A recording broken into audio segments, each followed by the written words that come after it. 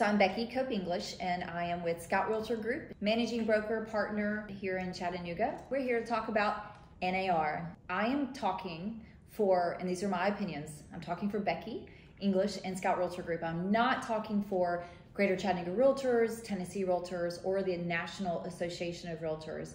I think that as a broker owner, we are all kind of navigating this territory for ourselves and what it means to us. This settlement is a result of this litigation that's been going on since 2019. And the sellers felt, because the Sitzer-Burnett case is about the sellers being the plaintiffs, alleging that they were forced to pay compensation. And so that's what this all stems from. It's who pays compensation in a real estate transaction. And so traditionally you saw where the seller's agent would post a property in the MLS and there would be an amount of compensation offered. And while I can understand where people would think that this is sellers being forced to pay compensation for buyer's agents, there's a lot of people that would argue that it's the buyer that's paying the money to buy the house. And so isn't the buyer then paying the seller's agent's commission? So there's a lot of perspectives that are going on, but at the end of the day, what we want to see is people that navigate real estate should have representation. They need representation. They need someone to look out for their best interest. And so that's why we have to talk about compensation. The thought is, if 90% of homes are sold with two agents, and so let's just say it's 3% and 3%.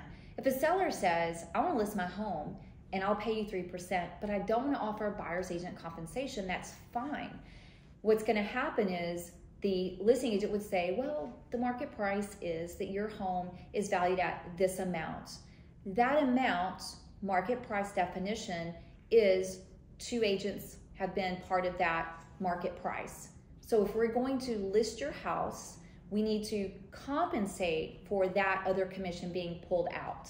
So theoretically, you should reduce a house for a little bit less. Why is that? Because the buyer will have to pay the buyer's agent out of pocket. So instead of just adding it on top, whereas we traditionally have done in the past, is put the compensation in one package, or we can negotiate it. So can we still negotiate like we have? A lot of people think that we will. Therefore, we probably won't see a lot of change in regards to buyer's agents being paid and seller's agents being paid. It's just the compensation is not going to be on the MLS.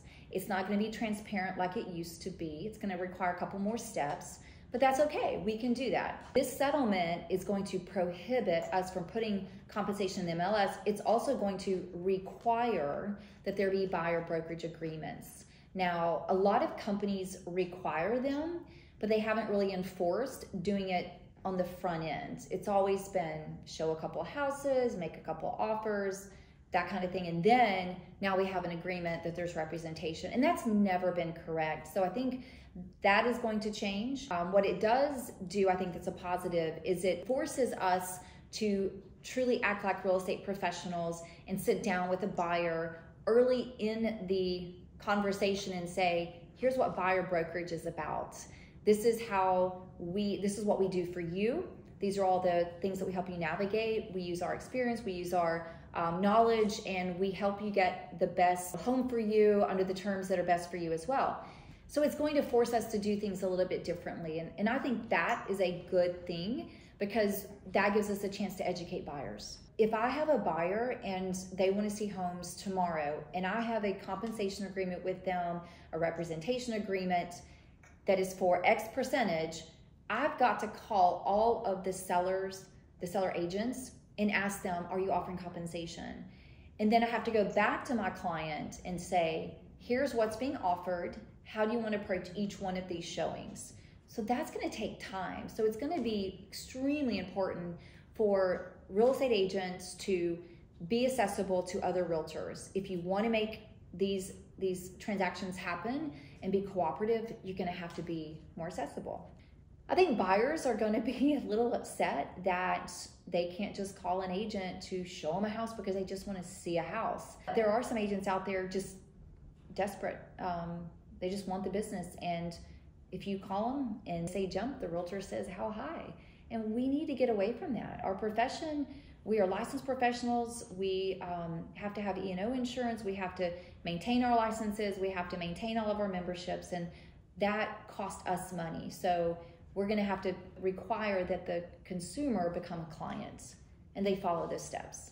And so I think you're going to see certain people get out of the business, and I think that we actually may slow down on the number of people going through the real estate schools to get licensed. At one time, I think we were 2,800 realtors, and we had less than 200 listings in the MLS. And so it was a very competitive environment for realtors. While I usually think competition is a good thing for the consumer, in many cases, when there are so many people and so few opportunities, that's when ethics and things can change, and that's not good for consumers. So overall, again, I think this can be a positive thing. And so the settlement will take effect mid-July of this year, so it's quick. I understand from the NAR president that this settlement proposal will be decided upon within the next 2 weeks. So that's a pretty quick turnaround. And so with these changes coming in mid-July, you'll see the MLS compensation be removed from the MLS. You'll see buyer brokerage agreements go into effect. You'll see companies actually make their agents come in for training and actually sign new policy agreements. So this is all coming really, really fast, and I don't think people really understand that. It is within the next few months you're going to see these changes. So at the end of the day, sellers and buyers want to have representatives who are going to speak to where they should be spending their money, where they shouldn't. Most important thing is that people are able to buy homes. When you buy a home, you create stability for your family, and you also grow the wealth of your family. That wealth building is a game changer for most people. We just want home ownership to remain within reach for the majority of Americans. It's the American dream.